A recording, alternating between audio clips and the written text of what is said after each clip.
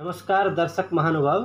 आज हजुर समक्ष म यो कविता संग्रह लिएर उपस्थित भएको छु, जसको नाम छ घात प्रतिघातका उद्गारहरू। कवियत्री नैना अधिकारीद्वारा रचित घात प्रतिघातका उद्गारहरू यो कविता संग्रह म हजुर समक्ष केही यसमाथि पाठक प्रतिक्रिया राख्न जाँदैछु। हजुरहरूले यसलाई बुक रिभ्यू पनि भन्न सक्नुहुन्छ। यसमाथि मैले के देख्दछु त्यसलाई म हजुर समक्ष प्रकाश पार्ने प्रयास गर्दछु। र यो पुस्तक, यो जुन कृति छ, कविता कृति छ, यो कविता कृति पहिलो प्रकाशन भएको हो 2021 सनमा। र यस कृतिलाई पूर्वायन प्रकाशनले प्रकाशित गरेको छ। र यो घात प्रतिघातका उद्गारहरू सुन्दर ISBN नम्बर लगाएर इन्टरनेसनल सिरियल बुक नम्बर भनिन्छ, जसलाई ISBN यो लगाएर यहाँ लेखिएको पाइएका छौँ। र यो सुन्दर कृति एउटा राम्रो आवरण सज्जामा सजिएको, पछिपट्टि हेर्नुहुन्छ भने हजुरले देख्न पाउनुहुन्छ यहाँ सम्मान पुरस्कारहरू र उहाँको परिचय यहाँ पाउन सक्नुहुनेछ। नैना अधिकारीज्यू कामरूप मेट्रोबाट हुनुहुन्छ। उहाँको सम्पूर्ण परिचय यहाँ राखिएको छ। र यस पुस्तकमाथि के पाइन्छन् होला त्यो कुराहरू म राख्न चाहन्छु। यो यही काव्यकृतिबाट केही पंक्तिहरू म वाचन पनि गर्ने प्रयास गर्दैछु। सिलौटामा पिसिन्छन् उसका मनका भावनाहरू मसला झैँ। हरेक बिहान प्रत्येक साँझ रेटिन्छन् तुलसीको धारमा। उसका चाहनाहरू बिस्तारै धमिल्दै जान्छन्। उसका अनुहारका रङहरू पुराना भाँडा सरह झन् थपिँदै जान्छन् समयको साथ। दायित्व र कर्तव्यबोधका जन्जिरहरू थाहै नपाई उसको उमेरले डाँडो काटिसक्छ। झसङ्ग झस्किँदा उसलाई जीवनको अन्तिम डाँडोमा पुगेको बोध हुन्छ। यही पुस्तकबाट, यही कृतिबाट मैले केही कुराहरू वाचन गर्ने प्रयास गरेँ। केही यो कविता संग्रहबाट यो कविताको केही हरफ मैले वाचन गरेँ। र यस कविता सन्दर्भमा भूमिका बाँध्नु भएको छ, भूमिका लेख्नु भएको छ असमका एकजना कथाकार कवि भनौँ लक्ष्मण अधिकारीज्यूले। उहाँले यस सन्दर्भमा सुन्दर अभिव्यक्ति प्रकाश पार्नु भएको छ। जसरी मसलामा पिसिएका हुन्छन् नारीका भावनाहरू, त्यसै गरी नै नारीहरूले भोग्नु परेका पीडा उत्कण्ठाहरूमाथि उहाँले यहाँ प्रकाश पार्नु भएको छ। र लक्ष्मण अधिकारीज्यूले भूमिका बाँध्नु भएको। यसै साथसाथमा यहाँ शुभकामनाका हरफहरू, शुभेच्छाका हरफहरू डाक्टर इन्दुप्रभा देवीज्यूले राख्नु भएको छ। त्यसै गरी नै नैनाको कविता डुबो विचारहरूको जोहो भनेर यसरी यस कविता कृतिमाथि राजा पुनियानी ज्यूले, दार्जिलिङ भारतबाट राजा पुनियानी ज्यूले यस कविता कृतिमाथि आफ्नो समीक्षा राख्नु भएको छ। त्यसै गरी नै यस कृतिमाथि पवित्र लामा जो नारी स्रष्टा हुनुहुन्छ दार्जिलिङबाटै, उहाँ एकजना सशक्त नारी स्रष्टा भएको कारणले उहाँले असमकी नारी स्रष्टा नैना अधिकारीज्यूको यस कृतिमाथि आफ्नो विचार राख्नु भएको छ भने कवितासँग गरेको प्रेम र निजी अनुभव भनेर नैना अधिकारीज्यूले स्वयं लेख्नु भएको छ। यसै गरी नै यहाँ यस पुस्तकमा 40 वटा कविता पाइन्छन्। 102 पन्नामा 40 वटा कविता हटाइएको छ। 40 वटा कविताको यो संग्रह घात प्रतिघातका उद्गारहरू, हजुरले केही कुराहरू अवश्य पनि बुझिसक्नु भएको होला। धेरैले पढ्न पाउनु भएको छ होला। जसले पढ्न पाउनु भएको छैन, जसले यो पुस्तक पाउनु भएको छैन, हजुरहरूले यो घात प्रतिघातका उद्गारहरू तपाईहरुले सोझै नैना अधिकारीज्यूसँग सम्पर्क गरेर लिन सक्नुहुनेछ। म यसभित्र पाएका केही कविताहरूका बारेमा केही कुराहरू राख्न चाहन्छु। सर्वप्रथम त यहाँ नैना अधिकारीज्यूले जुन कुराहरू लेख्नु भएको रहेछ आफ्नो मन्तव्यमा, उहाँले लेख्नु भएको छ, मैले मुक्तक विधाबाट सुरु भएको मेरो साहित्यिक विधा बिस्तारै गजल, कविता, निबन्ध आदि हुँदै बढ्ने क्रममा छ भन्नुभएको छ। सुन्दर। उहाँले मुक्तक विधाबाट साहित्य सिर्जना गर्न सुरुवात गर्नुभएको रहेछ। उहाँले यहाँ आफ्नो कलममा लेख्नु भएको छ र यसरी मुक्तक लघुतम विधा बाट बिस्तारै बिस्तारै गजल, बिस्तारै बिस्तारै कविता र निबन्धसम्म उहाँ पुग्नु भएको छ। धेरै राम्रो, उहाँको साहित्यिक यात्रा मौलाउँदै जाओस्, यही शुभकामना पनि व्यक्त गर्न चाहन्छु यति बेला। र कविता क्रममा उहाँले मेरो गाउँ डिजिटल बन्छ भनेर लेख्नु भएको छ। परिणाम टाउको दाइजो र पेवा, कविताको खेती कस्तो हुन्छ, कविताको खेती, भुल भोकको च्वाखे, प्रस्ताव हे मेरा पुर्खा, दायित्वबोधबाट भाग्दैछ मान्छे, मजदुर, सर्वनाशको युगल गीत, जिन्दगीको हर हिसाब, आखिर किन, विश्वास, किसान, फागुन, एउटा रुख, शून्यताको विकल्प, व्यस्तता, दृढता, अपराध के हो, छालको विपरीत।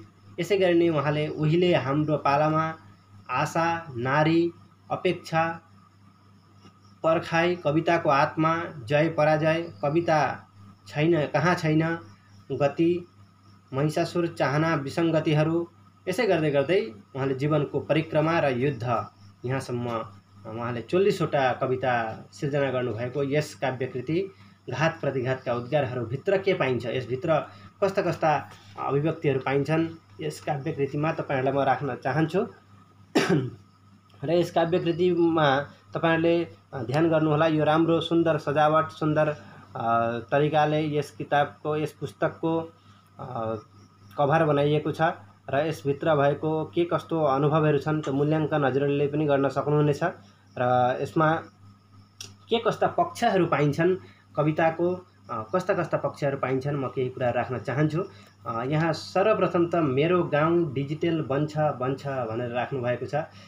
पक्कै पनि उहाँको गाउँ डिजिटल बनेको छ छैन, यो कुरालाई कस्तो तरिकाले राख्नु भएको छ। उहाँको मात्र नभएर यो यी जति पनि कविताहरू एकजना साहित्यकार वा कुनै एकजना कवि वा सर्जकले सिर्जना गर्नुहुन्छ, त्यो आफ्नो वास्तविक जीवनसँग मात्र मेल खाएको लेख्नुपर्छ भन्ने छैन। उहाँले अरूका देखेका समाजमा भएका घटना परिघटनाहरूलाई समेटेर पनि साहित्य सिर्जना गर्न सकिन्छ भन्ने कुरालाई बोध गराउँदै उहाँले कविता सिर्जना गर्नुभएको छ। उहाँले जसरी गरिबको दस्तावेज कार्यालयमा धितो राखेर आँगनमा तुरुलुङ्ग झुन्डाएको बत्तीले बिजुलीसँग लुकामारी खेल्छ, हर रात मुफतमा पाएको मुफतमै बल्छ, मुफतमै निप्छ। गाउँमा रामायणकै युगमा भित्रिएका पुराना टिभीहरू रावणले सीता हरण गर्ने बेलामा चट्ट बन्द हुन्छन्। सीता हरियोस् कि रावण मरोस्, लुतो नकन्याई, मानिसको जस्तै बानी छ बिजुलीको। यहाँ यस्तो व्यङ्ग तरिकाले मानिसलाई एउटा व्यङ्ग प्रहार गरिएको छ।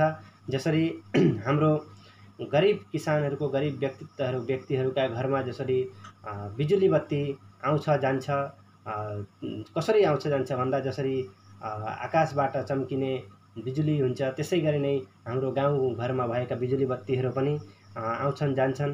र यो चाहिँ यस्तो तरिकाले लेखिएको कविता हो जुन कवितामा सामाजिक यथार्थलाई दर्शाएको पाइन्छ।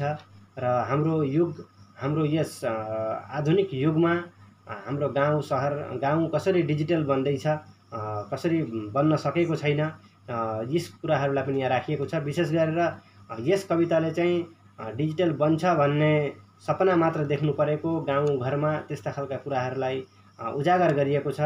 खोइ कहिले आउँछ, कुन बाटो आउँछ, त्यो गाउँको भत्किएको पुल कसरी तर्छ, बाटाभरिको हिलो कसरी टेक्छ, यस्ता खालका कुराहरू लेखिएका छन्।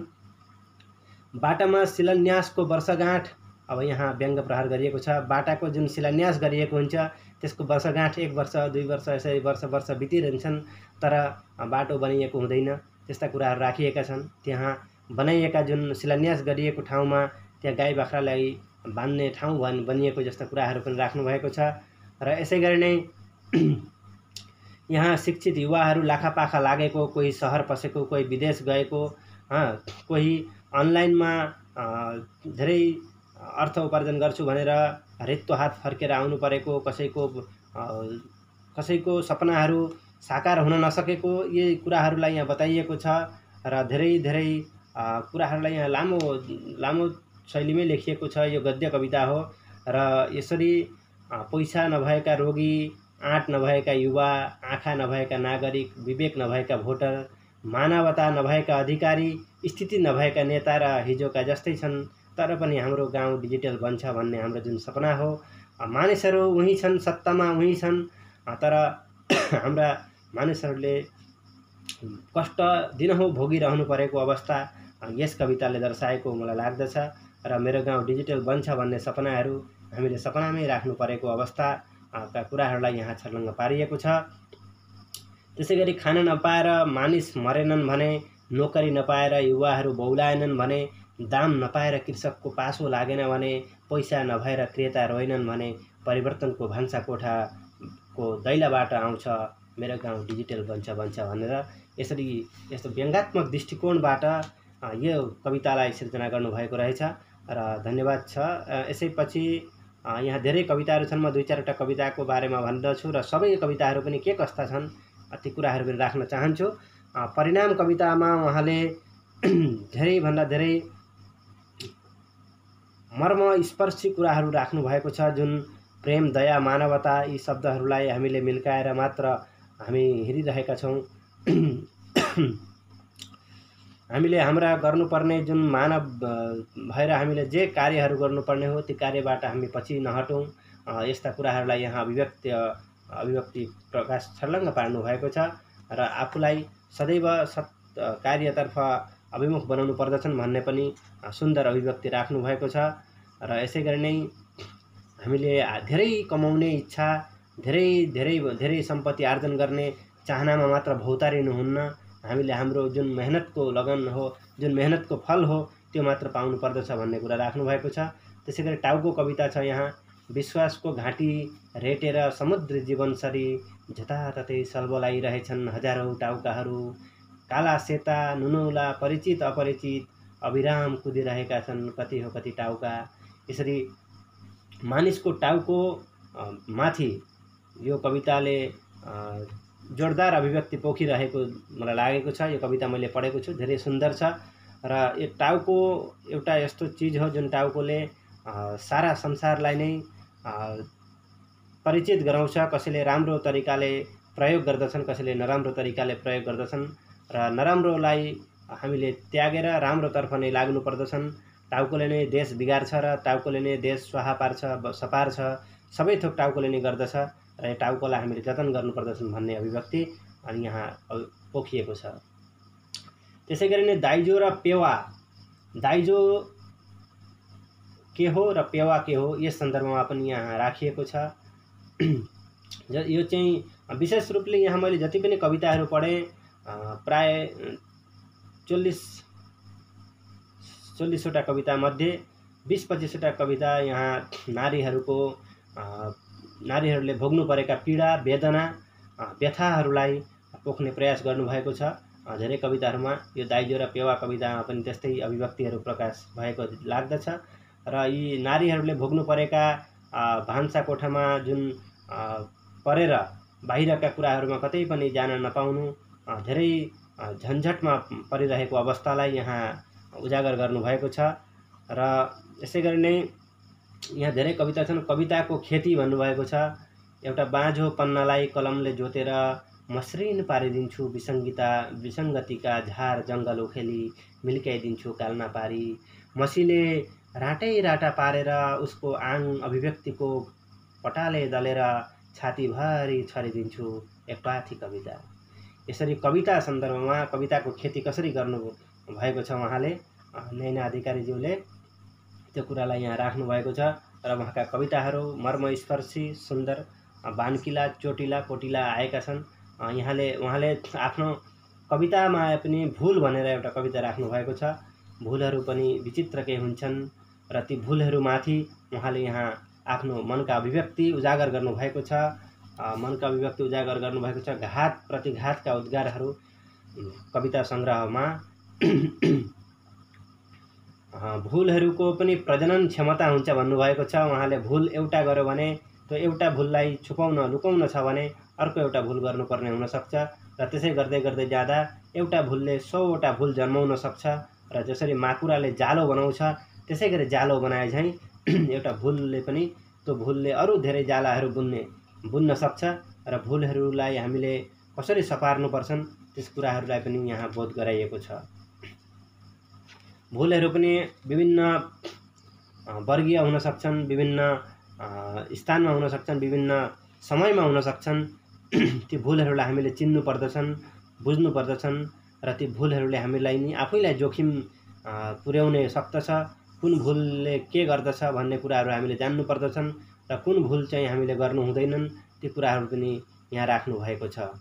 भुलका आँखाहरू जताततै हुन्छन् भन्ने कुराहरूलाई उहाँले उजागर गर्नुभएको छ। अघि पछि जतै पनि भुलहरू हुन सक्छन् र मानिसले आफ्नो भुल कहिल्यै पनि देख्दैन र आफ्नो भुलको सपक्षमा कडा तर्क कहिल्यै गर्दैन। मैले के भुल गरेँ भन्ने कुराहरू गर्दैन र अर्को ठुलो भुल पनि गर्ने गर्छ भन्ने कुरा यहाँ पोखिएको छ। र त्यसै गरी भोकको च्याखे उहाँले राख्नु भएको छ। भोकको च्याखे कवितामा एक भुँडी भोक बोकेर भोक हराएको हल्लाका बीच भोकसँगै भिडिरहने छन्। नालाका किरा झैँ परिचय हराएका र बाटो बिराएका कि अस्तित्व गुमाएका कलिला पैतालाहरू आफ्नो भुँडीको विरुद्ध आन्दोलन गर्न हात थाप्दै सडकभरि सलबलाएका छन्। यस्ता कुराहरू राख्नु भएको छ। र प्रगतिका ठुला ठुला विज्ञापनहरू गर्ने भन्दा कुनै असहाय, निर्बल र जसले आफ्नो सामर्थ्यमा केही गर्न सक्दैन त्यस्ता व्यक्तिहरूलाई, त्यस्ता मानिसहरूलाई सहयोग पुर्याउनु पर्ने समयमा हामीले आफ्नो क्षमताको लोभमा परेर हामी ती व्यक्तिहरूलाई बिर्सिन्छौँ र हामीले फोक्रा आश्वासनहरू मात्र दिँदछौँ र त्यस्ता समाजमा निर्दयी भएर नै बाँचिरहेका मानिसहरूप्रति यहाँ पनि प्रहार गरिएको छ। र यो कविताले मर्म दिएको छ। दुःख, वेदना, पीडाहरूलाई यहाँ उजागर पारिएको छ। ती पीडाहरूलाई हामीले कसरी पीडाहरूमाथि हामीले कसरी चलिरहेका छौँ, अरूको पीडामा हामी कसरी रमाइरहेका छौँ भन्ने कुराहरू यहाँ गरिएको छ। र भोकलाई च्याखे नथापे सत्ताको बागडोर हत्याउन सकिँदैन, त्यस्तो कुराहरू राख्नु भएको छ। धेरै विवेकपूर्ण कविता छ यो कविता पनि, भोकलाई च्याखे। र त्यसपछि प्रस्ताव कविता आउँछ। कागजमा उत्रिन्छन् एउटा मौन नदी, जहाँ मेरा स्मृतिहरूको जल समाधिमा कहिलेकाहीँ सुनिन्छन् केही परिचित सुस्केराका आवाज अनि घचघच्याउँछन् मलाई सोध्ने गर्छन्, कहिले आउँछौ तिमी, लेख न एउटा कविता मेरो लागि। यसरी प्रस्ताव आएको कुरा उहाँले छोटो कवितामा राख्नु भएको छ। उहाँको प्रस्ताव कविताको पनि प्रस्ताव आएको रहेछ र उहाँले त्यो प्रस्तावलाई फेरि पुरा गर्नुभएको रहेछ। सुन्दर छ। त्यसै गरी नै हे मेरा पुर्खा भन्ने कविता छ।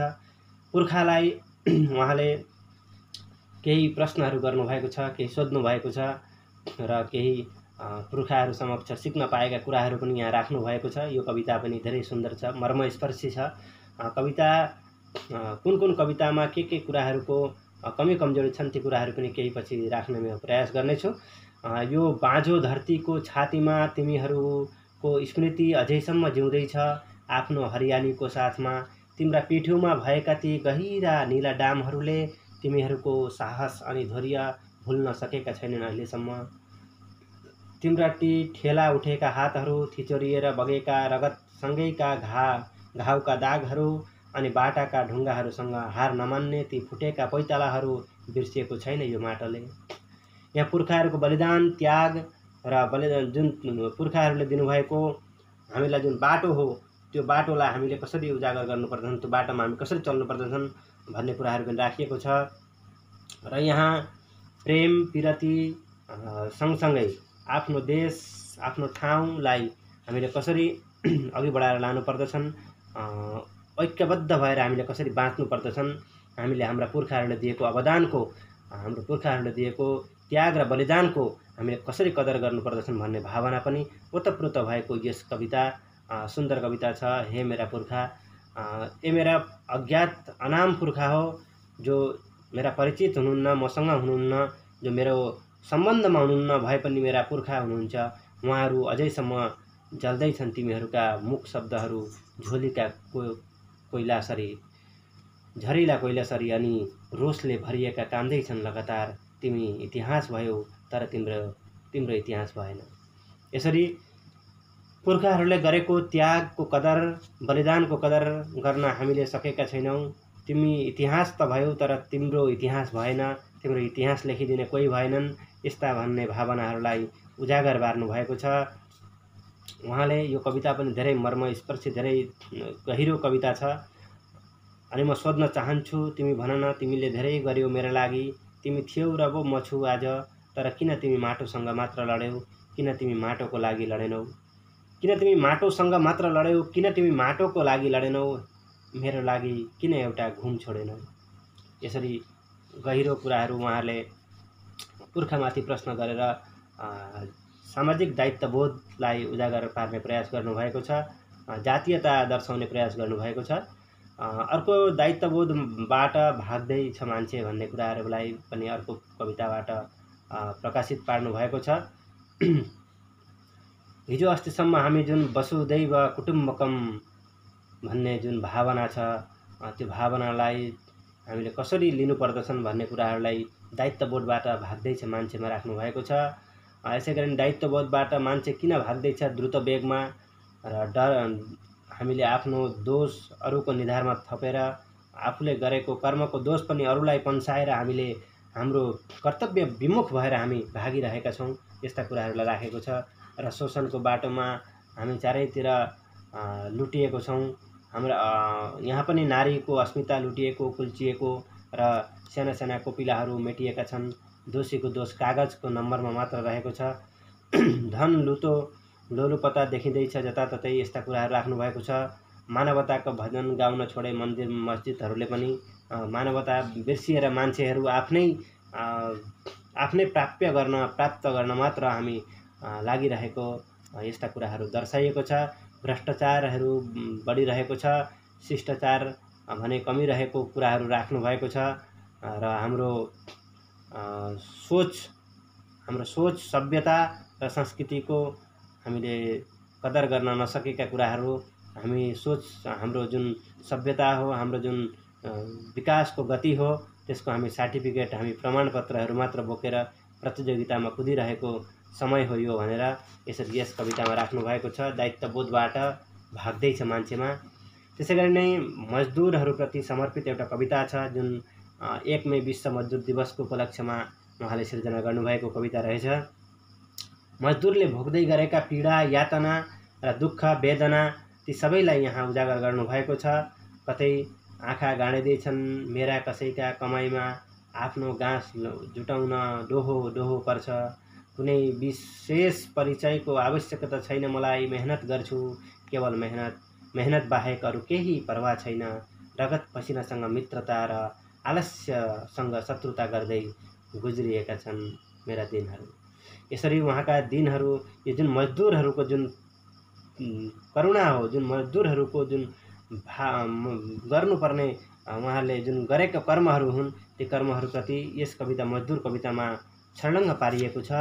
र हामीले आफ्नो परिश्रमको फल लिन जाँदाखेरि पनि धेरै कष्टहरू गर्नु परेको छ। परिश्रमको फल पाउनका लागि पनि हामीले भौतारिनु परेको छ। यस्ता कुराहरूलाई पनि यहाँ राखिएको छ। र हामीले समयले सिकाएको शिक्षालाई हामीले सिक्नुपर्ने कुरा छ। आफ्नो अधिकार मागेर मात्र होइन, खोसेर पनि ल्याउनु पर्ने अवस्था आएको छ। परिश्रम गर्ने जुन मजदुरहरू छन्, मजदुरहरूले जुन पनि कामहरू गर्दछन्, धेरै कठोर परिश्रमको साथ गर्दछन्, तर त्यसको फल भने समयमा भोग्न पाउँदैनन्। उहाँहरूले समयमा त्यसको फल पाउन सक्दैनन्। त्यहाँ धेरै कुराहरूको प्रतिबन्धता देखिन्छ। त्यसैले गर्दाखेरि मजदुरहरूले आफ्नो श्रमिकको प्राप्य खोज्नका लागि पनि भौतारिनु परेको र सङ्घर्ष गर्नु परेको यहाँ गुनासो पनि पोखिएको छ। र यो पृथ्वीलाई ताजमहल कसले बनायो, पेशी रहेको आइफेल टावर, यस्ता कुराहरू राखिएको रहेछ। र मजदुरहरू मजबुरीमा पर्छ। त्यसैले गर्दाखेरि मजदुरहरूलाई हामीले मजदुरलाई मजबुरीमा नपारौँ, हामीले मजदुरीहरूको कदर गर्न सकौँ भन्ने कुराहरूलाई राखिएको पाइन्छ। त्यसपछि सर्वनाशको युगल गीत भन्ने अर्को कविता यहाँ उहाँले सिर्जना गर्नुभएको छ। सर्वनाशको युगल गीत, विपत्तिको चपेटामा, भाषा सङ्कटको खाडीमा, उकुस अभिव्यक्ति, ओठभित्रै गुम्सिए शब्दहरू, स्वाभिमान फगत एउटा अलिखित इतिहास बनियो। निन्द्रामग्न बाघको जुङ्गा तान्न थाल्यो समयले, विकलाङ्ग अस्मिता जोगाउन कमिला झैँ पोको पर्ने बेलामा, विरूप आधुनिकता अङ्गाली, नेता बन्ने होड बाजीमा चल्नु परेको कुराहरूलाई यहाँ उहाँले उजागर पार्नु भएको रहेछ। यहाँ पनि नारीहरूको जुन मर्म वेदना हो त्यो राख्नु भएको छ र साधारण मानिसहरूले पनि भोग्नु परेका पीडा, उत्कण्ठा, वेदना र जुन विध्वंस रूपी जुन विध्वंसी जुन व्यक्तित्वहरू छन् उहाँहरूले गरेको कर्मको फल सर्वसाधारणले भोग्नु परेको कुराहरूलाई यसरी राख्नु भएको छ र यसलाई पनि धेरै सुन्दर कविता जस्तो लागेको छ मलाई। सर्वनाशको युगल गीत, यसलाई पनि पढेर धेरै राम्रो लागेको छ। जिन्दगीको हर हिसाब उहाँले आफूले जिन्दगीको हर हिसाब माग्नु भएको छ। वर्षौँदेखि थोपा थोपा गर्दै आफूलाई निचोरेर बादलले वर्षाएको पानीको हिसाब समुद्रसँग कसले खोजेको छ। एउटा किताब हो जिन्दगी, उसको सधैँ खुल्छ एक एक पन्ना, हर पन्नाको हिसाब भाग्यसँग सोध्छ र कसैले। पन्ना पन्नामा टाँसिएर रहेका अतीतका अनगन्ती क्षणहरू, सुख दुःखका पलहरू जिउन नपाएको हिसाब जिन्दगीसँग मागेको छ र कसैले। कहिले ज्वालामुखीको लाभा भएर, कहिले लडेको हिउँ भएर छटपटाएको जिन्दगी बेहिसाब कुदेको छ अस्ताउने तर्खरमा एउटा बुढो घामको पछि पछि। जिन्दगीको हर हिसाब यसरी लिनुभएको छ उहाँले। र आखिर किन भनेर अर्को एउटा प्रश्न गर्दै घरेलु हिंसाहरूलाई यसरी उहाँले आत्महत्या गर्नेहरूलाई यहाँ कविता मार्फत आखिर किन हामीले आफ्नो कामहरू, आफ्नो जुन दायित्व हो त्यसबाट भागेर हामीले किन आत्महत्या गर्नुपर्ने हुन्छ, यस कुराहरूलाई यहाँ राखिएको छ। र त्यो कुराहरूलाई हामीले आत्महत्या नगरेर हामीले कठोर सङ्घर्ष गर्नुपर्दछन् भन्ने कुराहरू हामीले यस कविता मार्फत पाउँछौँ। अग्नि साक्षी राखेर खाएका बाचाहरू, आजीवन साथ रहने भाकलहरू, बीच बाटामा झुल्किएको भ्रान्तिको जुन, पल्लो घरको बगैँचाबाट आएको मौसमी फुलको अस्थायी वासनाले बिर्साइदिएपछि ऐजेरू पलाउँछन् विश्वासका छातीभरि। अतृप्त वासनाले जीवनका मोहहरू सबै उडाइहाल्छ, निराशाको आँगनमा पलाउन थाल्छ अविश्वासको बनमारा। दिनभरि उसको यादमा टोलाउने आँखा झिमिक्क गर्न सक्दैनन् रातभरि। आफ्नै अन्तरात्मादेखि रुष्ट भएर ऊ अलपत्र पर्छे, असन्तुष्टिले घर बनाउँछ उसको चारैतिर। हिजोसम्म पोको पारेर राखेको गाँठो फुकाएर रहिसकिरहेछ अर्कैतिर। त्यो मुटु जिउँदो लास सरह छटपटाउँछ, भित्रभित्रै धमिराले खोक्रो पारिसकेको रहेछ उसैको वैशाखी रूपी सम्बन्ध। आफूलाई थिचोरेर लुचेर रित्याउँदै पनि ऊ अन्योलमा बाँच्नुपर्ने किन। यसरी एउटी नारीको वेदनालाई यहाँ पोखिएको यस कविता आखिर किन हामीले सङ्घर्ष कसरी गर्नु परेको छ, यस कुराहरूलाई यहाँ छलङ्ग पारिएको छ। किन सकिन एउटा कापुरुषसँग पैठे जोरी खेल्न, अनि एउटा अन्यायसँग आत्मसमर्पण गरेर किन त्याग्नुपर्छ नारीले उसको अमूल्य जीवन। यसरी एउटा कापुरुषसँग लडेर हामीले सङ्घर्ष गर्न नसकेर किन एउटी नारीले आफ्नो अमूल्य जीवनलाई त्याग गर्नु परेको छ, आखिर किन गर्नु परेको छ, यस कुरालाई यहाँ राखिएको छ। त्यसैले तापनि यस कवितामा चाहिँ के भन्न चाहन्छु भने, जति नै कष्ट झेल्नु परे पनि, जति नै दुःख झेल्नु परे पनि, जति नै सङ्घर्ष गर्नु परे पनि हामीले आफ्नो जीवनको अमूल्य जीवन जुन आफ्नो पाएका छौँ यो अमूल्य सम्पदलाई हामीले कहिले पनि खेर फाल्नु हुँदैन। यस कवितामा धेरै प्रश्नहरू राखिएका छन् किन यस्तो भइरहेको छ भनेर।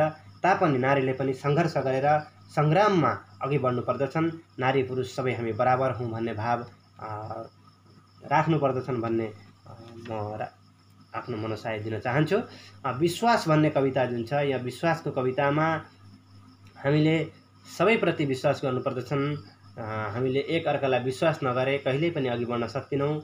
मेघको प्रहारमा वर्षाको आँसु खस्छ अनि झरनाधारो बग्छ वेग। नदीले थापिदिन्छ आशाको हात, खरिएको धरतीको प्यास यसरी नै मेटिन्छ। झन् हरियो हुँदै जान्छ आशाको बोट। र हामीले विश्वासको डोरीलाई कहिल्यै पनि छोड्नु हुँदैन।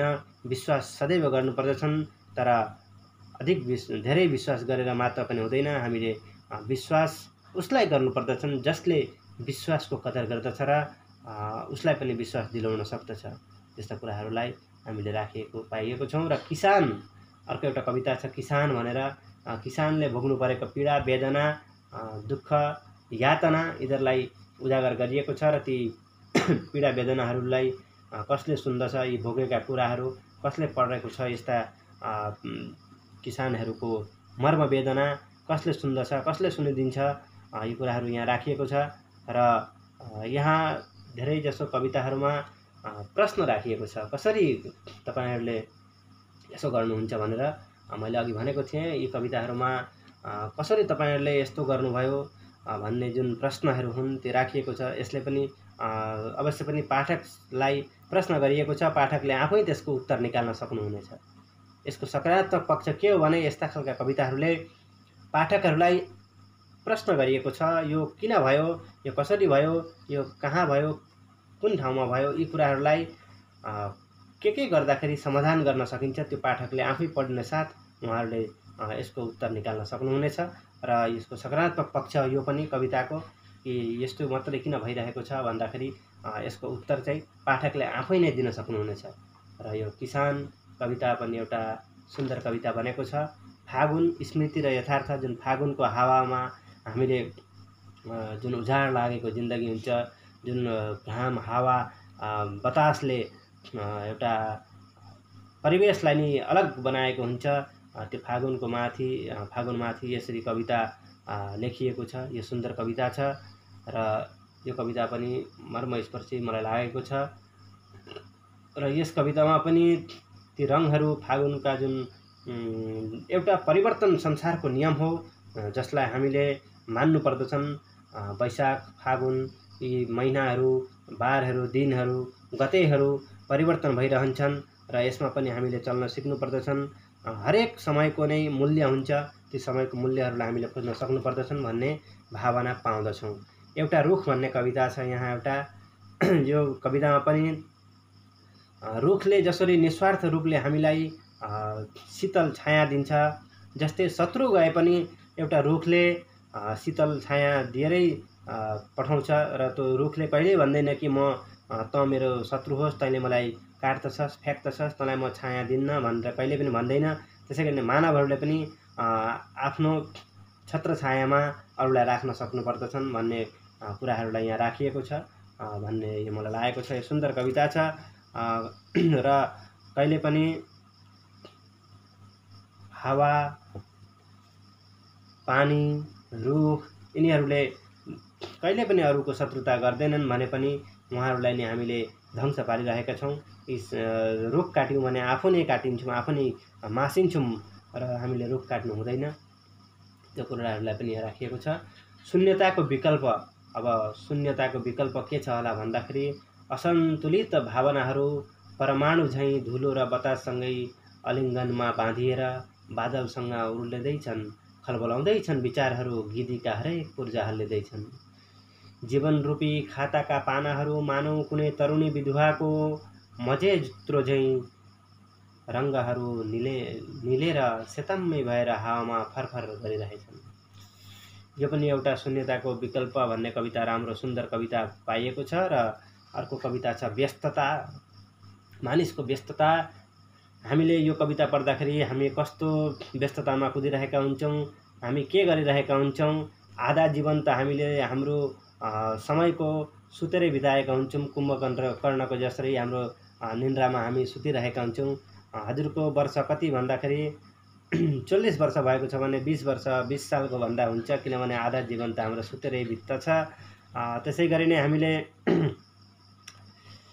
हामीले गर्नुपर्ने कार्यहरूको बोध नभएर भौतारिरहेका कुराहरू पनि यहाँ बताइएको छ। व्यस्तता कवितामा हामी धेरै व्यस्त हुन्छौँ, धेरै काममा व्यस्त हुन्छौँ। तर यदि उचित समयलाई हामीले बुझ्नु हो भने सबै कामहरू समयमै गर्न सक्नु पर्दछन्। सकेको मात्र एउटा सुन्दर मनुष्यको पहिचान हो भन्ने कुरा यहाँ उजागर गरिएको छ। र हामीले राजनीतिको खेलहरू नखेलेर हामीले हाम्रो सत्य र न्यायप्रति हामीले अघि बढ्नु पर्दछन्, न्याय पाउनु पर्दछन्, योग्यले न्याय पाउनु पर्दछन् भन्ने कुराहरू यहाँ राखिएको छ।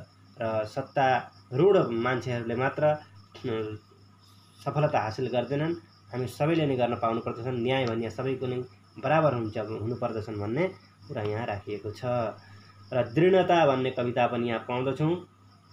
हो म जान्दछु जीवनको नागबेली बाटो काँडै काँडाले भरिएको छ, यसैले म सङ्ग्रामको मैदानबाट कहिल्यै पछि हटिनँ र दृढ सङ्कल्प पनि लिएर दृढ भएर आफूले आफ्नो कर्मप्रति अघि बढ्नु पर्दछन् र म कहिले पनि पछि हट्दिनँ, हट्नु पनि हुँदैन भन्ने भावना यहाँ उजागर गरिएको छ।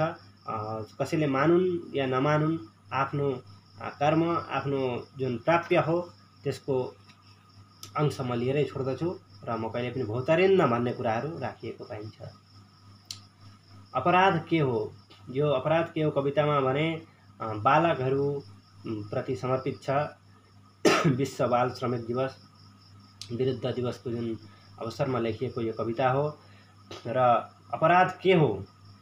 हामीले के अपराधहरू गरिरहेका छौँ? हामी बाल श्रमिकहरूलाई दिनहुँ काम लगाइरहेका हुन्छौँ। ती बाल श्रमिकहरूको पढ्ने समयमा, स्कुल जाने समयमा, खेल्ने समयमा तिनीहरूलाई पैसामा हामीले काम लगाउन चाहन्छौँ, तर कम्ती पैसामा। र त्यो पीडाहरू ती साना भाइ बहिनीहरू, साना बच्चाहरू बाटामा हिँडिरहनु परेको, 5 रुपियाँ 10 रुपियाँ माग्दै बाटामा हिँडिरहनु पर्ने अवस्था, त्यहाँ हामीले तीमाथि त्यसलाई पनि हामीले शोषण गरिरहेका हुन्छौँ, दमन गरिरहेका हुन्छौँ। र यस्तो निर्बलमाथि हामीले कहिल्यै पनि दमन गर्नु हुँदैन भन्ने अभिप्राय झल्किएको छ। र यो अपराध के हो कविता पनि धेरै राम्रो सुन्दर रहेको पाइन्छ। र यिनीहरूलाई ईश्वरले मात्र पार लगाउन सक्दछन्, परित्राण गराउन सक्दछन् भन्ने भाव पनि यहाँ पाइन्छ।